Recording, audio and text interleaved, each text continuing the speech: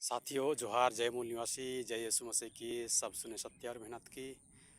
आज 9 जनवरी 2025 मैं इस वीडियो में आप सभी का स्वागत करते हुए आपको एक खास जानकारी संक्षेप में देना चाहूँगा। साथियों, चूँकि हमारे देश में ऐसा माहौल है कि अभी पूरे भारत देश में आंदोलन का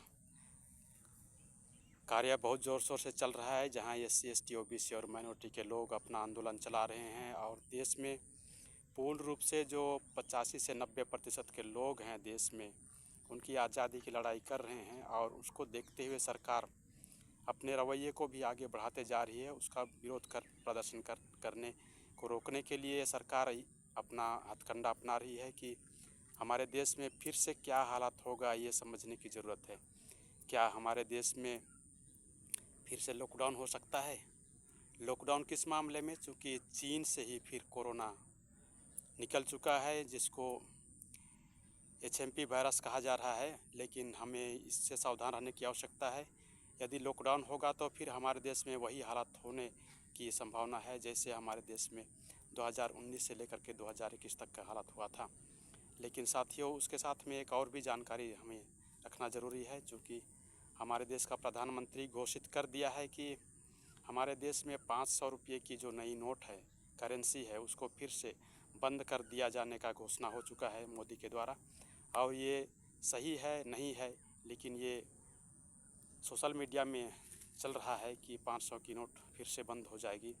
जैसे मोदी ने पहले 1000 और 500 की पुरानी नोटों को बंद किया था और उसके बाद में 2000 और 500 की नई नोट को चालू करने की काम उन्होंने की थी। उसी के अनुसार आज भी ये हालात दिखाई दे रहे हैं। हमें सतर्क रहने की ज़रूरत है, क्योंकि आंदोलन हमारे देश में आज़ादी का जो चल रहा है उसको मद्देनज़र हमारे सरकार, केंद्र की सरकार वो कर रही है।